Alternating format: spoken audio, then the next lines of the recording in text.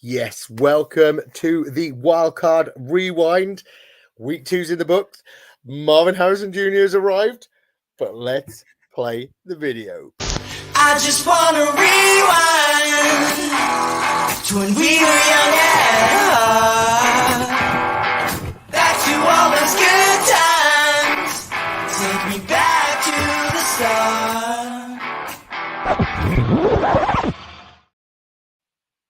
Oh, it is Monday night. And for those that are watching on YouTube, you can see that I am not joined by my normal two co-hosts. Unfortunately, Hannah has been called out to an emergency this evening. She is a vet, so we hope everything's okay with her and the animal that she's dealing with. And Lewis, as a Tottenham Hotspurs fan, they lost the London Derby yesterday, and then he's a Rams fan, and I'm a Cardinals fan, and the Cardinals absolutely torched them. And he basically texted me this morning saying, I'm not coming on this week. So, Lewis, you're weak, and I'm really sorry, but you're probably going to lose all the rewinds this week. But I have been joined, and I have roped in Fantasy Wildcard royalty. And that is Kev at the Dynasty Mind. How are you doing on a Monday night? Doing absolutely fantastic, Paul. Thank you so much for bringing me on tonight. It's like the sleeper auto sub facility has worked perfectly. We've got an upgrade on the show tonight, the best one. Thanks to our card, the Podfather has been done. So, looking forward to chatting some football with you. And we've had a great week too, with lots of twists and turns, right? Yeah, mate, definitely. And that auto sub is really good, mate, because they didn't play, so you could actually step in. But if Lewis and Hannah turned up, you were locked, mate. You couldn't turn up on the Dynasty show tomorrow. So, so it's a good job that that's worked. So you can still appear on both, But no, yeah. So week 2 was a bit crazy, and we are gonna start getting into everything straight away. And we will talk about the big news in a minute because there is a lot of big news. But I want to get straight into this because I feel like there's quite a lot to talk about. And one thing I want to talk about, and it's something that I've noticed, and I see a lot of teams that are probably struggling with this. And so I want to sort of get your opinion on what you'd be doing now.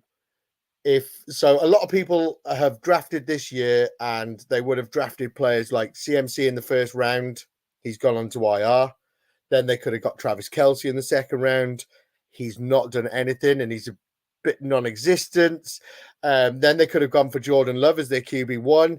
He's now on IR, I believe. I've put IR on the sheet, but he's injured and looking at missing a few weeks. Puka Nacua, they could have gone for him in the first couple of rounds. He's now gone to IR. Sam Laporta, the Lions have obviously forgot that they've actually got a really good tight end that plays for them and just don't want to give him the ball. And there's so many big players out there that sort of haven't seemed to have stepped into that role. There are a few that have, but haven't. And I'm sort of trying to get people to see, like, if they have drafted them players, is it too early to throw the towel in? And what do you think, Kev? Do you think you'd be panicking if you had say 2 or 3 of these players at the moment? I mean, if you've got 2 or 3, first of all, very unlucky. Obviously, there's lots of injuries every year. But to get them at the top end of the draft, the big hitters that you wanting to be a cornerstone for your redraft teams and pull you through, it'd be really unfortunate. I think you've got to be acting fast and being aggressive, like even more so like early on in the season, because if you get to 0-3, 0-4, and you're trying to sneak a player off waivers with a small bid, it's not going to work. You have to be throwing full bag at Jordan Mason when CMC went down, or just thinking, who's the next person to step in and really bring value to your team. But yeah, the worst thing you could do is try to get to week 4 or 5 and then make the moves. If you just got to be all in, and if there's somebody hot on waivers, go for them straight away. And you might have to spend a bit of time without Puka Nacua, but just if you can pull through this early part, these players are going to come back. So have some hope at the end, but act fast. Yeah, that's it. So a lot of people will look at this and go, oh my God, I've got CMC, he's on IR, I've got Jordan Love, he's down. and say they got Travis Kelce and they were their first three picks, you know, you sort of left the draft going, I'm feeling really confident. You're 2 weeks in and you're going, oh crap, this is not looking good. And like you said, if you can struggle along and sort of scrape a couple of wins now, you're talking what sort of week 7, week 8, when we start getting to all these buys and stuff like that. CMC back off IR, Jordan Love maybe back starting if Malik Willis hasn't won that job by then, you know.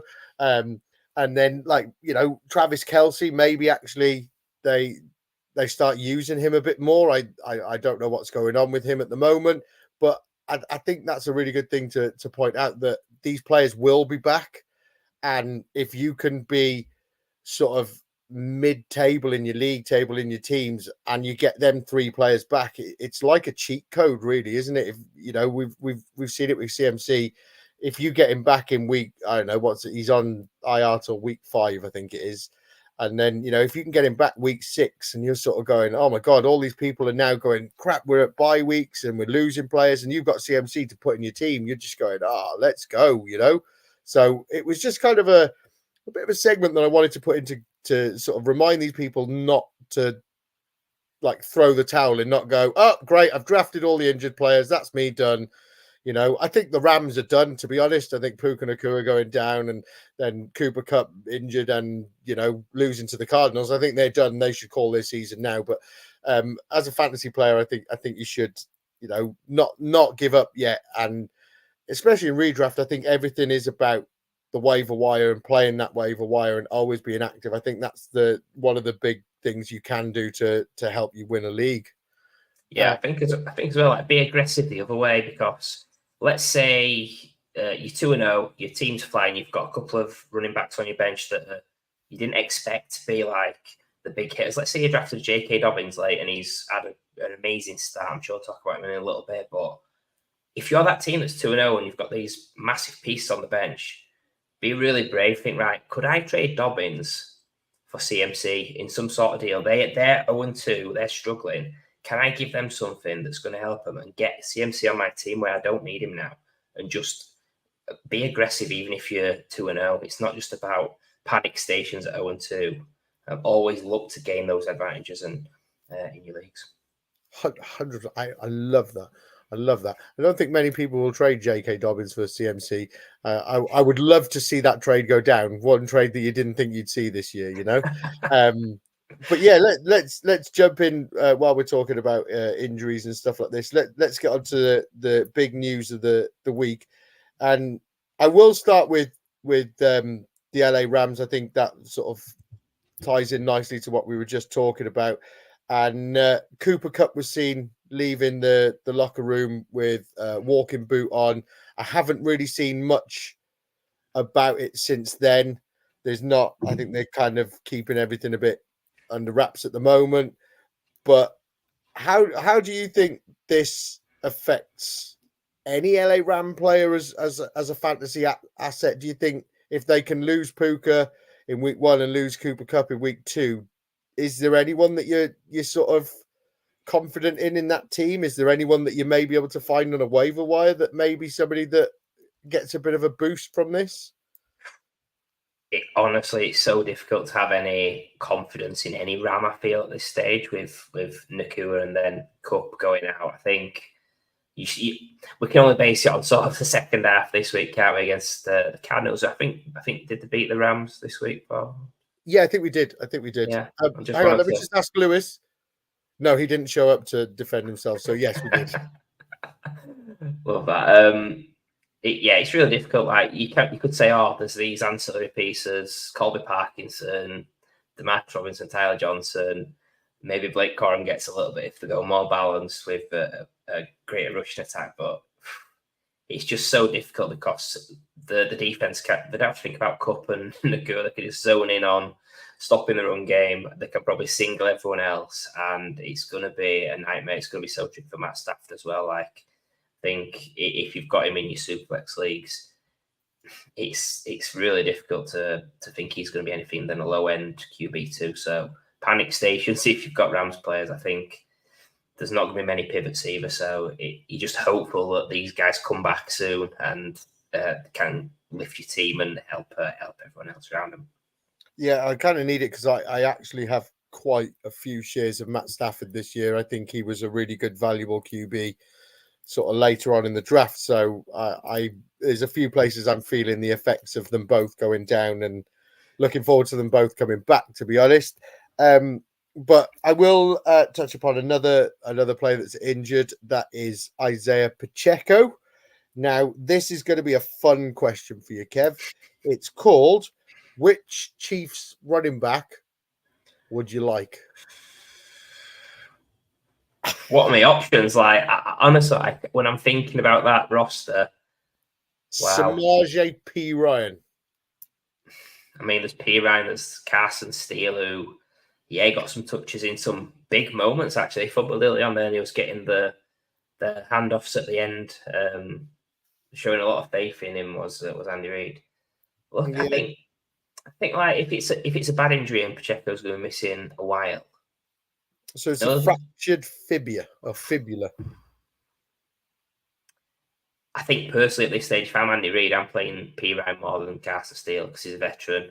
He has got that 3-down skill set. He's interesting. But then I also think like guys that are on the street that have ties to the Chiefs, like if they signed a Kareem Hunt or a Jerick McKinnon, something like that, then Kareem Hunt used to be there, didn't he? Yeah, Kareem Hunt like made a name there really. So I'd love Kareem Hunt there, but out of anyone, it's P. Ryan on the hope that as a veteran he's going to get more play than Carson Steele, who he's flashed a little bit in pre-season, but like I say, fumbled early on Sunday, and you worry about that ceiling in the short term. Yeah, if only they had a Welsh rugby player on their practice squad.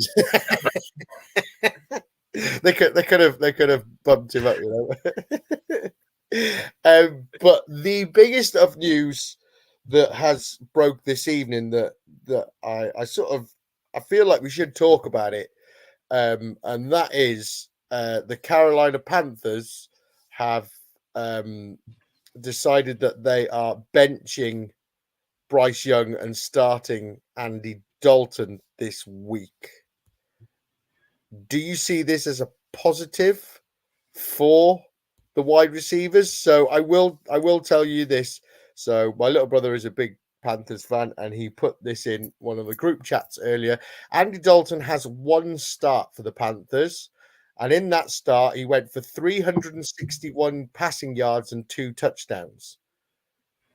Now, Bryce Young has not even got close to that in all of these starts. So, do you feel maybe a little bit more confidence in players like Deontay Johnson or somebody like that this week with Andy Dalton? Or do you think the Panthers are just trash? I'm not a Bryce Young fan, so I don't mind the move. Like Dalton's been there in the past. He's done it. He's steady. I think he's been on record saying that he would have retired if he didn't think that he could still be a starter in the league. So, well, I think it gives me renewed hope in the pass game weapons in the short term. But like when I'm thinking about that franchise this season, I don't understand what's going to happen. Maybe Dalton gives them a spark. They win a couple of games, and imagine if they didn't get the top pick because Andy Dalton won them a few games. Like, what's the point? I think they'd be better off sticking with Bryce Young and just what like, are they going to give him 4 or 5 weeks reset, and hopefully that gets him going? I can't see it. I think you've lost all trade value for if you're the Panthers trying to trade Bryce Young in real life, but I do have a bit more hope with Andy Dalton in there because Bryce Young's looked as bad as he was last year. Yeah, 100%. I genuinely feel like it's a bit of a arrow up for Deontay Johnson, Adam Thielen, these type of players. I think they've got more chance of catching balls from Andy Dalton. From an NFL side, I completely agree with you. I don't understand the move from the Panthers. You know, if you go out and win 4 games in your next 16, it's one of them that you're like, really, you know, that's gone from the 101 to maybe the 103 or something like that, and you now don't hold all the cards. But I want to ask you, another question, and this is not fantasy related or anything like that, but that is, do you think that the Bryce Young trade with the Bears is the worst trade that we've seen? So I will give you a recap because I have it here. So the Carolina Panthers received the 2023 101, where they picked up Bryce Young, and the Chicago Bears received DJ Moore, a 2023 first round pick where they got Darnell Wright, the tackle. They got 2023 second round pick where they got quarterback Stevenson, the 2024 first round pick, which was the 101 where they got Caleb Williams, and they've got the 2025 second round pick from the Panthers, which at the moment is the 201. And they've just benched Bryce Young. Yeah.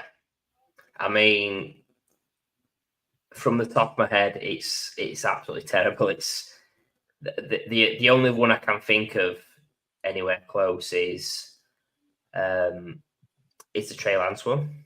Yeah, and that was the one that came to my mind.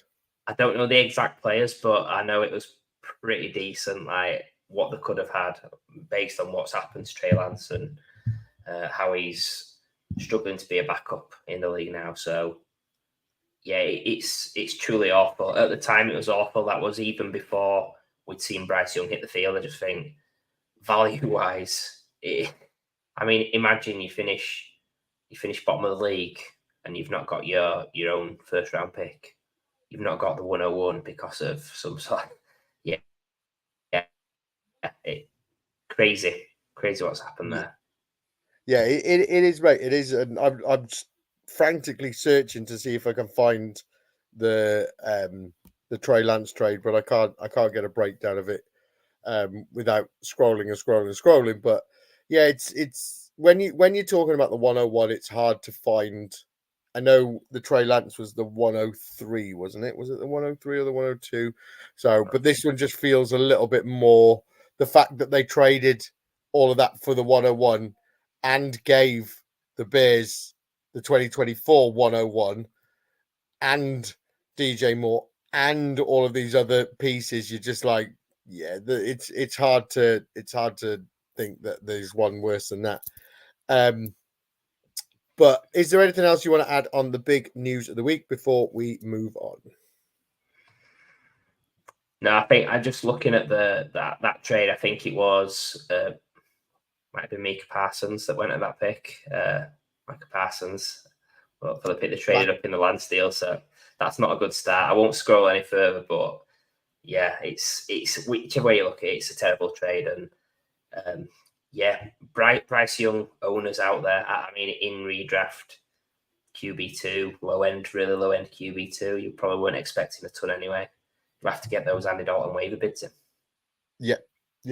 Work the waiver wire. I'm sure I will have one or two, just because I like to hold all the power, you know.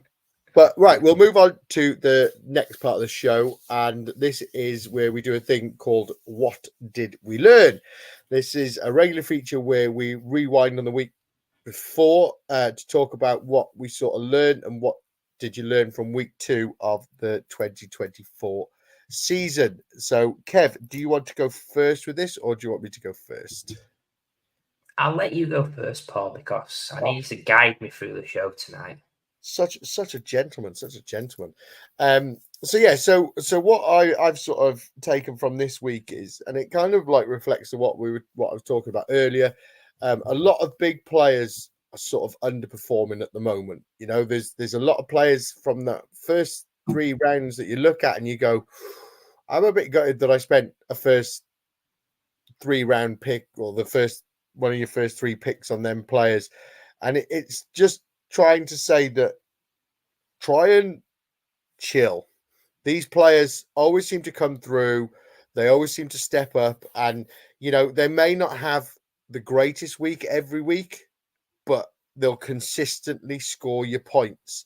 And sometimes you sort of go, oh yeah, but I've seen, I don't know, I'm trying to think of somebody off the top of my head that's, you know, put up a big week and they've gone, yeah, but they've scored, like Alvin Kamara scored what, 48 million points this week and 4 touchdowns and stuff. But he's not, these players that you take in your first couple of rounds, they may not do that every week, but they'll score you 15, 16 points every week, no matter what, and they'll keep churning it. And they may not be finishing as the top wide receiver or the top running back or the top quarterback each week, but they're consistently there and they're consistently putting up points. And it's just trying to chill a little bit, just look outside the box, and these guys will step up and they will bring it back for you.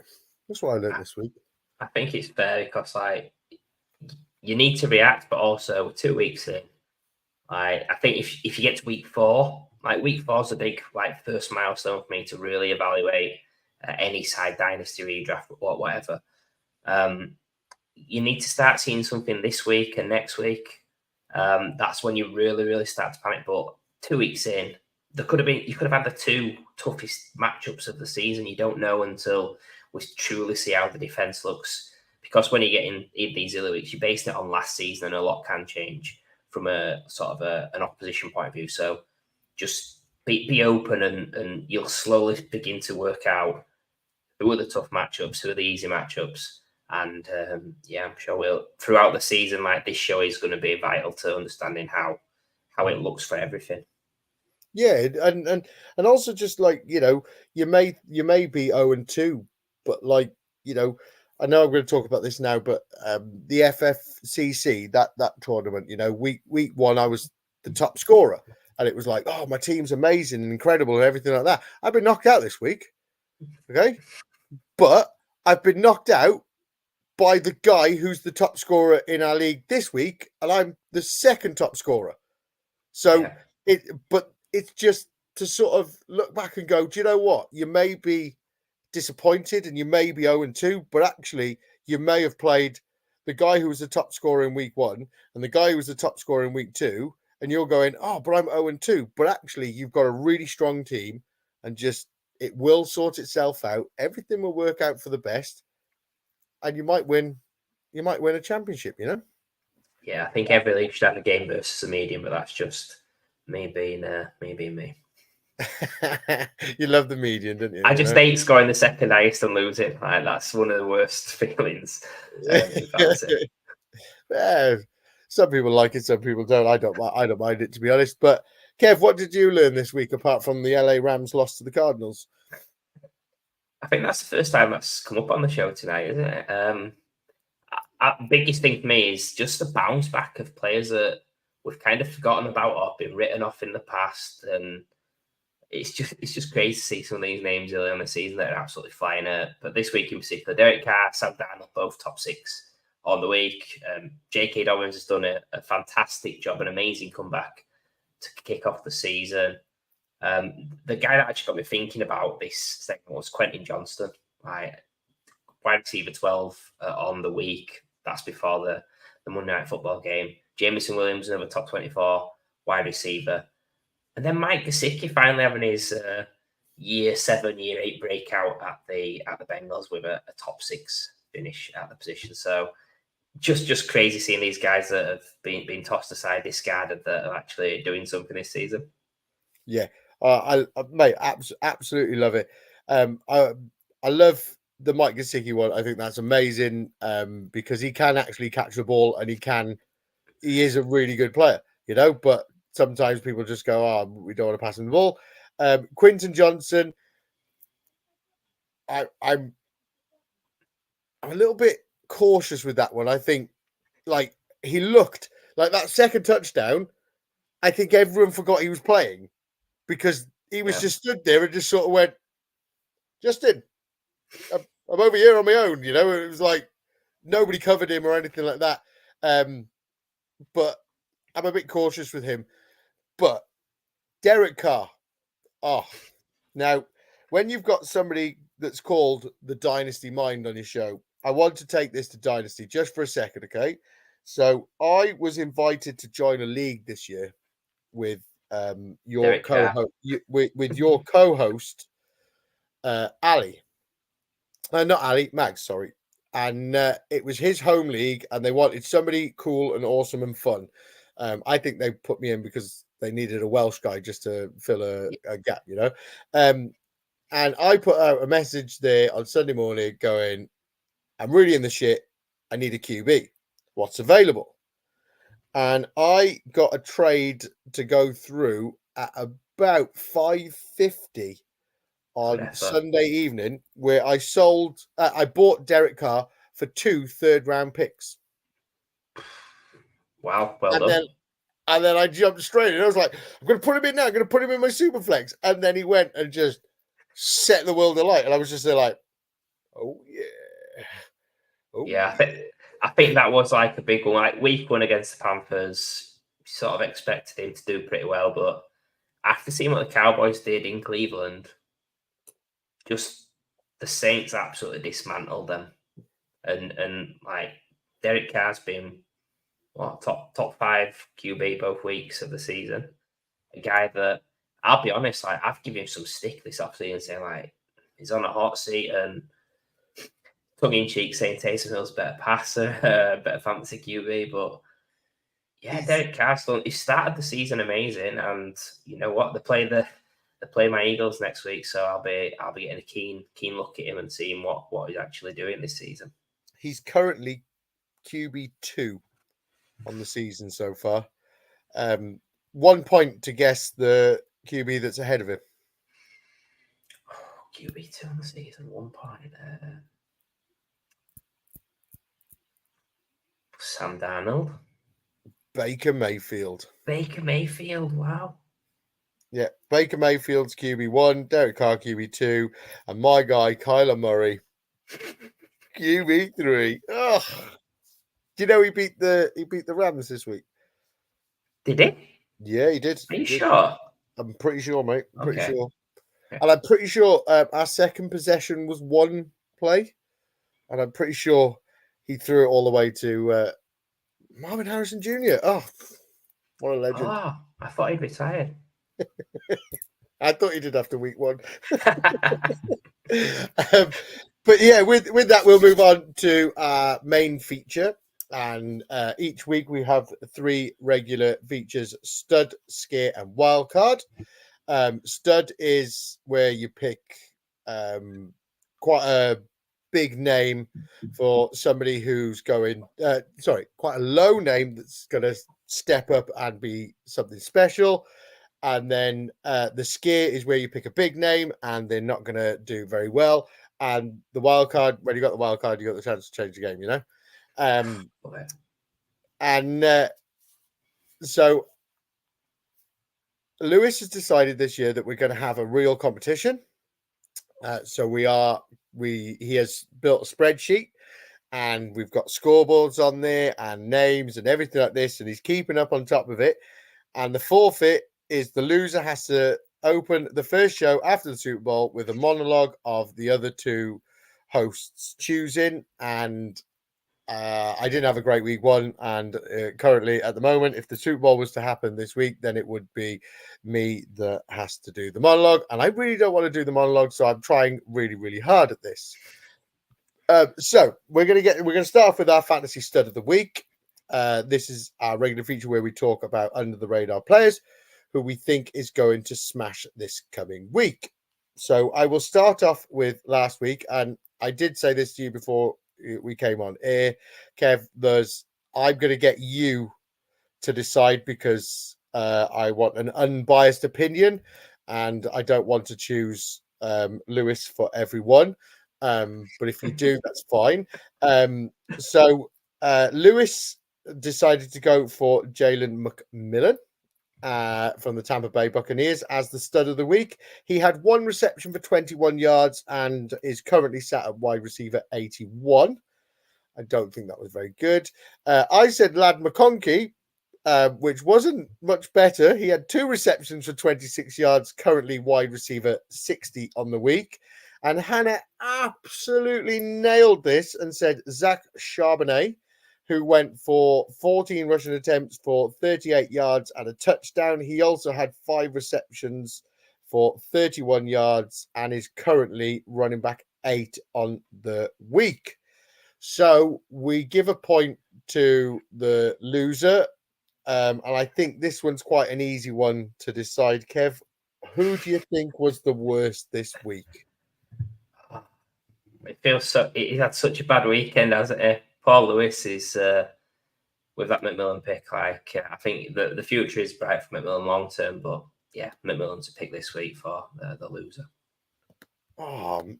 I've gone onto the spreadsheet to put it on there, and he's only let me view it only. How harsh is that? Shocking. He doesn't want me to put a 1 on there. But yes, I completely agree with you, mate. It is a tough week for Lewis.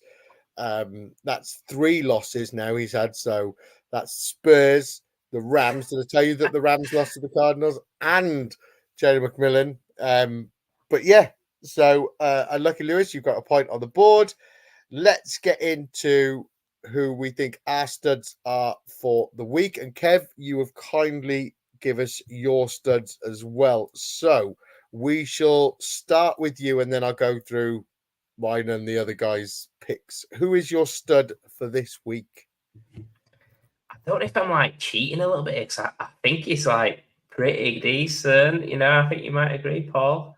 I think he's above average. He's definitely above average. But I guess I have auto subbed in, so I can be given a little bit of leverage, I feel, on this one. I'm going to go for Kyle Pitts. Like, obviously, he's got the game tonight, so if he's injured, that's going to be a fail for next week. But yeah, I think the Falcons play the Chiefs. Gesicki had a great game against the Chiefs this week. Isaiah Like had a great game against the Chiefs week 1, so I just think he's following that pathway. I think Kyle Pitts is going to absolutely crush it in week 3. At the tight end spot, and yeah, I'm sure I'm going to get a glowing reference from you on this, Paul. I'm not going to say too much on it. Spoiler alert: he may come up a bit later in the show, but I love the pick. I'm all for it, and he was my flag plant for this year as well on the Dynasty show. So you're coming on here and picking my guys, like if you say if you say Cardinals are going to win this week as well for the wildcard bit, I'm going to love you forever. But yes, so this week Lewis's stud for the week is Jalen Polk for the New England Patriots. He did get a touchdown this week, didn't he? He got his first one. He did. And Hannah has gone for Brock Bowers at the Raiders. He saw plenty of work yesterday.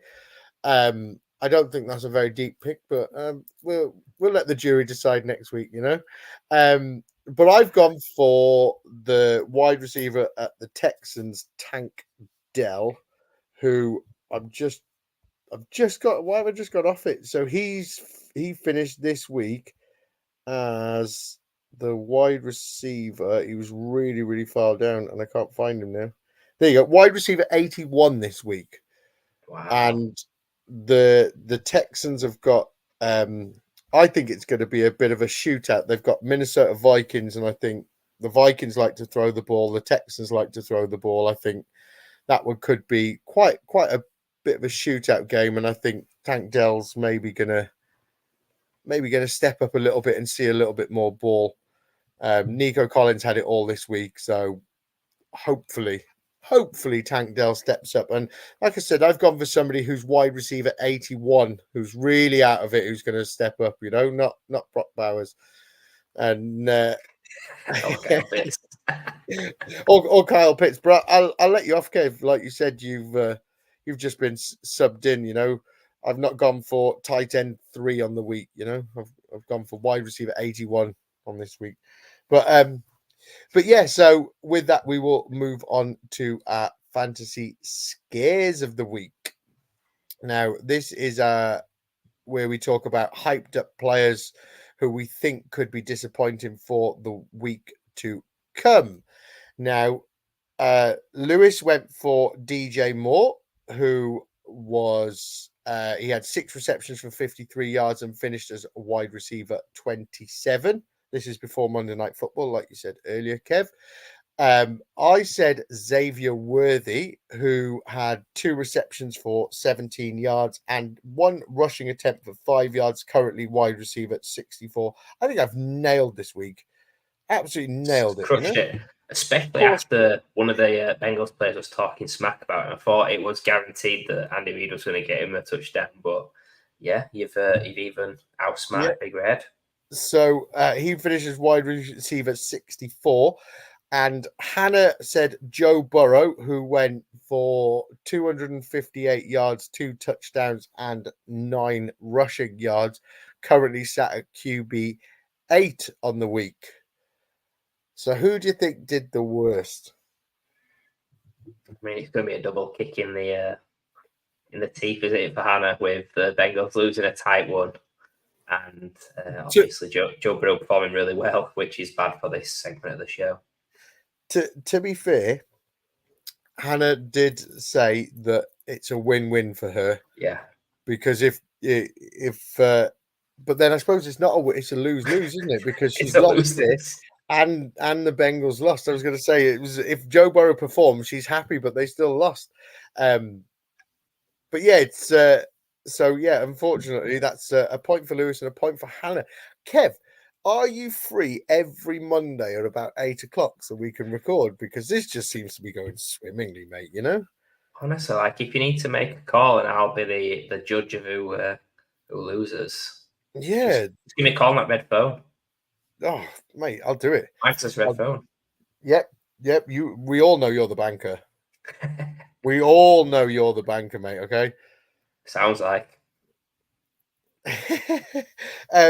But yeah, so we're going to give that loss to Hannah, unfortunately. So this week, who is your fantasy scare? Yeah, like obviously I've come on the show and we're having a good time. Don't want to take that away from what a great time we're having with this selection. I'm going for James Conner. Like he has had an unbelievable start to season. A couple of great weeks in fantasy. It's the matchup for me. Like the Cowboys play the Lions.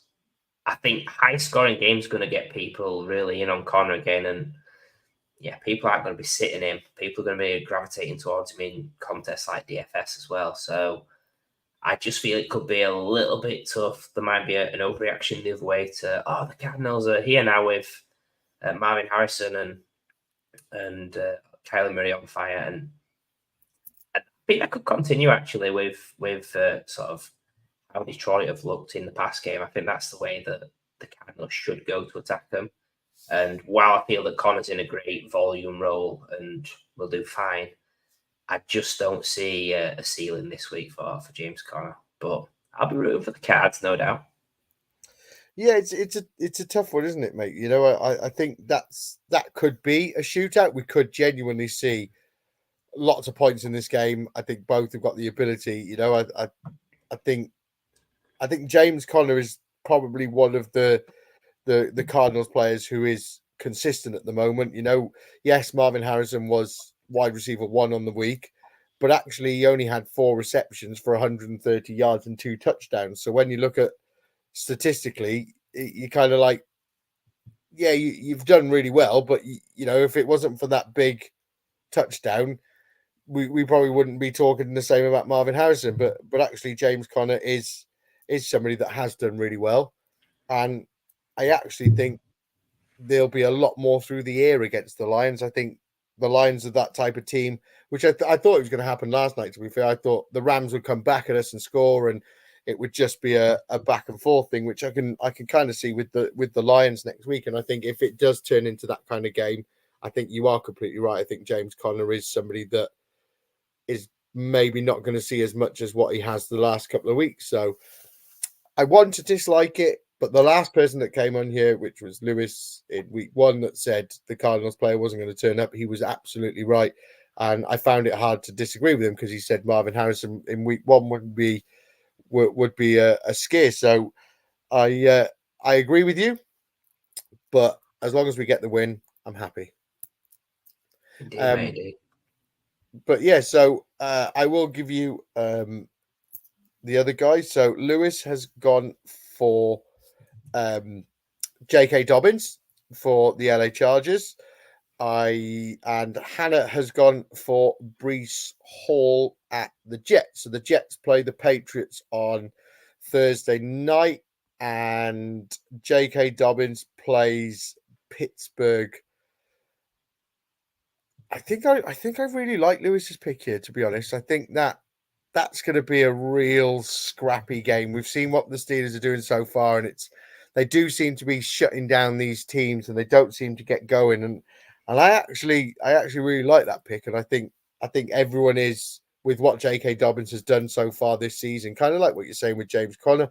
I think you need to pump the brakes a little bit there, and I think this may be a game where it's not going to be a J.K. Dobbins kind of game. I think this is going to be one where if they're going to beat them, and they're going to beat them through the air, I don't think they're going to beat them on the ground.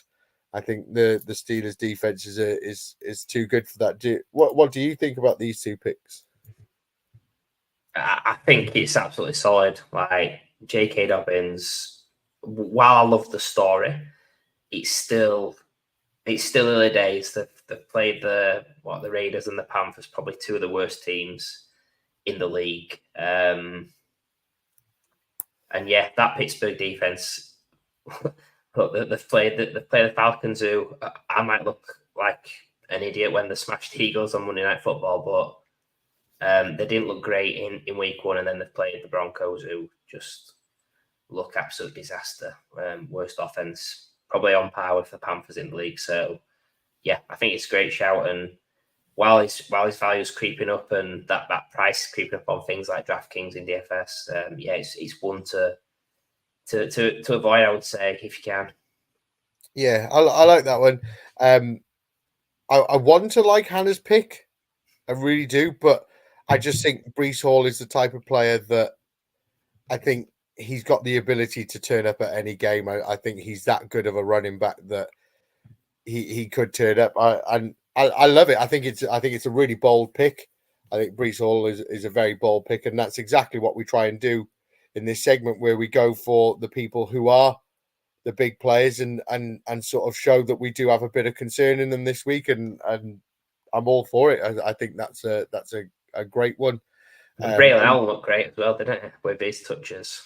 Yeah, he did. He did, to be fair, mate. And Hannah, Hannah went for Jamar Chase in week one, and she went for Joe Burrow in week two, and she's gone for Brees Hall in week three. So I love it. Yeah, okay, Joe Burrow didn't pan out for her, but Jamar Chase did, and I love it. I will definitely err with a side of caution when it comes to Brees Hall. But my pick this week is Malik Neighbors. Now, Malik Neighbors had himself a decent week this week and is currently wide receiver 6 on the week. And the New York Giants are playing the Cleveland Browns. And I think this is a tough one for Daniel Jones. I think he did all right this week. I think we will mention him in a little bit. He did all right this week, and I think he's had himself a good day. And I think Malik Neighbors was a lot to do with that. I think he had a lot of good plays and got himself open quite a bit. But I think this is a real sluggish, scrappy game of two not great teams just looking awful. I think it's going to be one of them games. So it's Sunday night at 6:00, and you're not going to see much of it on Red Zone if you watch the NFL Red Zone. It's just going to be one of them games where you go, "Oh, there's a field goal in that game." I didn't realize they were playing at 6:00. I just think it's going to be one of them. It's just going to be a horrible game. What do you think of Malik Neighbors? Yeah, it was coming out party this week, albeit in a pretty favourable matchup against the Commanders, who've been ripped apart both games this season. Great shout. Like, if it's the Browns from this week against the Jags, then it's going to be tough sledding for the Giants to get 15 points on the board. It's going to be difficult against a swarming defense when it's on. Flip side is week one against the Cowboys. It didn't work, did it? So yeah, I think it's a great shout, and someone that he's had the bad week one, he's had a better week two. There's going to be inconsistencies for this rookie. Yeah, it's also a lot of the Xavier Worthy sort of theory. Like, he came out in week 1 and he absolutely torched it, and everyone was there like, oh my god, oh.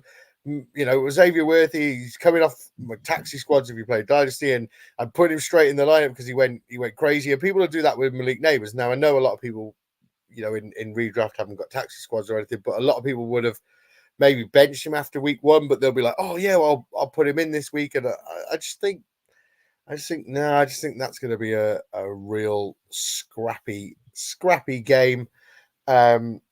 But we will see how we get on with them next week. So let's move on to the wild card of the week.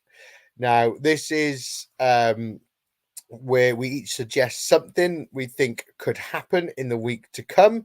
The less likely, the better. So Lewis said that Daniel Jones would finish as a top 10 QB, and he finished as the QB 5. So well done, Lewis. I said that Jerry Jeudy would have a wide receiver 1 weekend, and he's currently wide receiver 27, so that's not great. And Hannah said that Sam Darnold would have more points than Brock Purdy, which he was spot on. Sam Darnold has 20.9, QB 3, and Brock Purdy is QB 11 with 15 points. She also said that the Cardinals would upset the Rams. Fair play, Hannah. I absolutely love these because you absolutely nailed it, because the Cardinals absolutely torched the Rams. We were 14-0 up in 6 minutes. 6 minutes, Lewis. We were 14-0 up.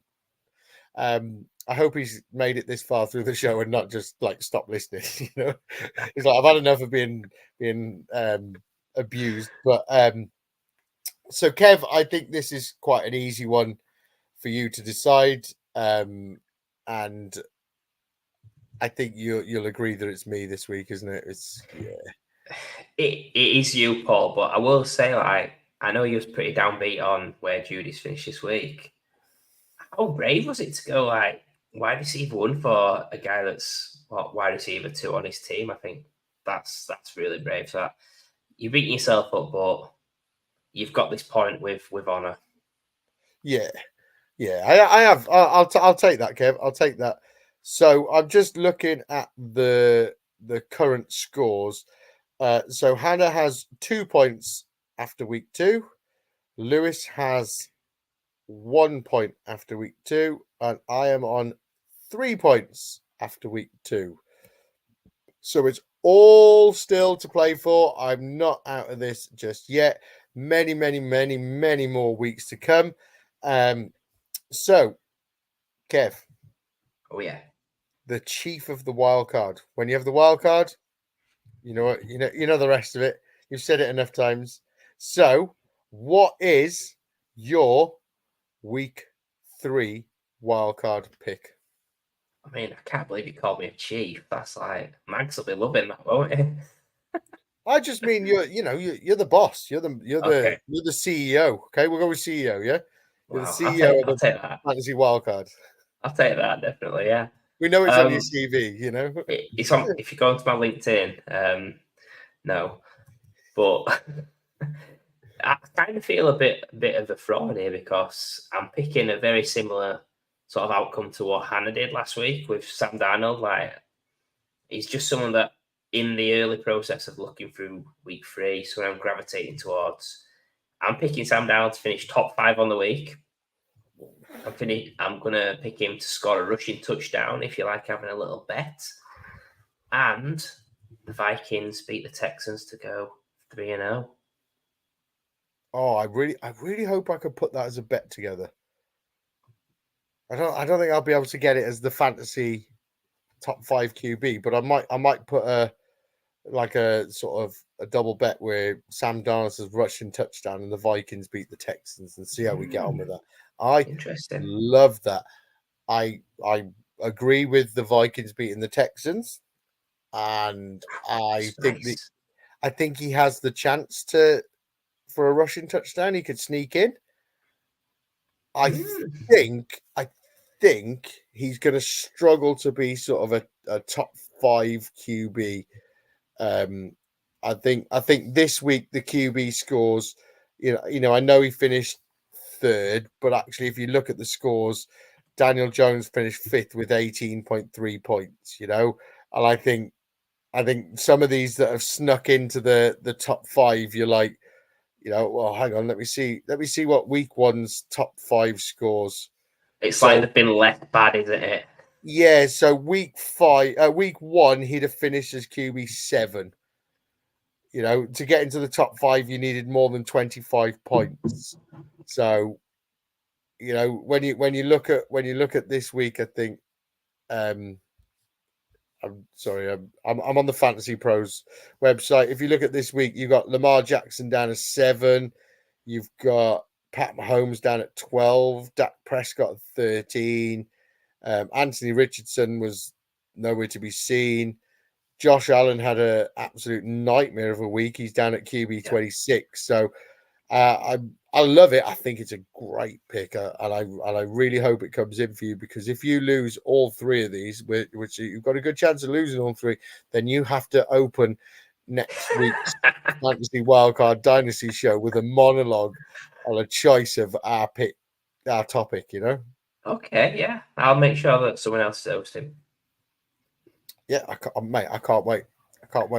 And I will make sure if it's Mags or Ali hosting, you still have to do your monologue. I think it'll be Ali. I'll be in touch with him. Excellent. What if he's right? If you get all 3 right, I'll come on the show and declare my love for you. Please be wrong. But yeah, so we will get on to Hannah and Lewis's picks. So Lewis has said Malik Willis will outscore Will Levis. I find that hard to disagree with. I think Malik Willis has got every opportunity. I think he's got his rushing upside that I think it's not going to be difficult to outscore Will Levis, to be honest. I'm back on the thing trying to find out. So this week, where are they? Why Will Levis is QB 20 with 12.5 points, and Malik Willis is QB 18 with 13 points. So he outscored him this week. I can see it happening again next week. Hannah has said that Derrick Henry finishes as a top 5 running back, and the Patriots beat the Jets. That is spicy. What do you think of them? Both of them? Do you agree with both of them? I'm just trying to see. Is it the Patriots at home? No, I think it's the Patriots at the Jets. Is it? Wow, that'd be mega. That to go into Hannah's gone all in on the Jets. Yeah, Hannah's gone all in on the Jets. I quite like the Jets this season. Obviously got stomped week 1 and then struggled against bad team week 2. But yeah, if they need to get Hassan Reddick back, don't they? But yeah, that's pretty spicy. And who is it? The Ravens play week 3. The Ravens play the Cowboys. Wow. Yeah, I mean, I wouldn't be against Derrick Henry running all over the Cowboys, right? Oh, mate, all day, every day, and that's like music to your ears as well, because you hate them. But Hannah's saying the Patriots are beating the Jets, and Breece Hall is a scare of the week, so she's very worried about the Jets. And like I said in one of the shows at the start of the year, of what we learned last year, is Hannah seems to be right all the time. So heard it here first, guys. The Patriots beat the Jets, and Breece Hall is a scare. But no, as I teased earlier, my wildcard pick for this week is Kyle Pitts scores over 15 points in Sunday Night Football, and they play the Chiefs, and the Rams end up at 0-3, which I just had to get one more dig in there. The Rams play the 49ers. And as we well know, they potentially without Puka Nacua and Cooper Kupp. So, looking a tough one. And Kyle Pitts plays the Chiefs, and you've put him as your stud of the week, and I think you're a very, very smart guy for doing Smart that. guy. Yeah, After we're just both seeing smart. what Mike Gesicki could do if the Falcons can actually play some ball, we'll find out what they're really like after tonight's game. But if they can actually play some ball, then Kyle Pitts could have his breakout game. And there's one thing I want to add before we go, before we finish up, and that is the weekly update on how bad Dalton Kincaid is doing. Man, I'm really far down right now, and I still can't find his name. I need to remember this. How far down is he? Oh, he finishes tight end 14 this week with 3.3 points.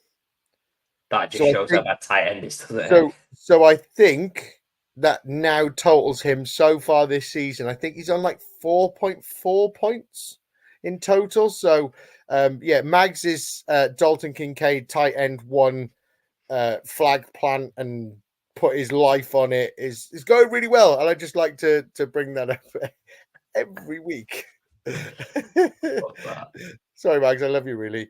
But yes, so Kev, I want to thank you for coming on our show. Will you please tell everyone what is coming up on the Fantasy Wildcard this week? Obviously, we've got this amazing show to kick off the week on your Monday night, Tuesday morning, depending when you're listening. Look, I've had a great show tonight. Thanks for getting me on, Paul. It's been a pleasure to try and fill the amazing boots of Lewis and Hannah to come in alongside yourself. We've got obviously a Dynasty show tomorrow. We've got some. I'm not going to tell you all the topics, but one of our highlight topics, we're going to keep the traffic light system going, and we're going to talk about some older guys that we might have some concern with. And then we've got DFS on Wednesday. Plenty to go over. I'm gonna take a bit of a victory lap. I called the Vikings being an amazing defensive play, and they absolutely did fantastic. That was the top defense on the week, DFS. So I have to took my own on that. And then we've also got the Devi show back this week, where Phil and Jack are going to run through some of the key highlights of the last 2 weeks to keep your Devi teams in a good space. So plenty to look forward to this week, but it all starts here. It all starts here. This is the first one of the week. I absolutely love the Dynasty and the DFS show. And a big shout out to the guys at Devi. They are pumping out so much content. I see it every Saturday night. They're there. They're tweeting about players. They're talking about players. Great guys. Go and catch up with them. And guys, listen to the DFS show. This guy knows what he's talking about. He knows what he's talking about, and he always puts his thinking hat on, and I love it. Absolutely love it. Look, he's got it there. He's got his thinking hat on. And yeah, so Kev, big thanks for coming on. And with that brings us to the end of the show. So thank you guys for tuning in. Be sure to subscribe and follow us on X at Wildcard Rewind. Head on over to our YouTube channel, search for @Fantasy Wildcard, and make sure you give us a like and a subscribe. And I will see you all here next week when we rewind week 3.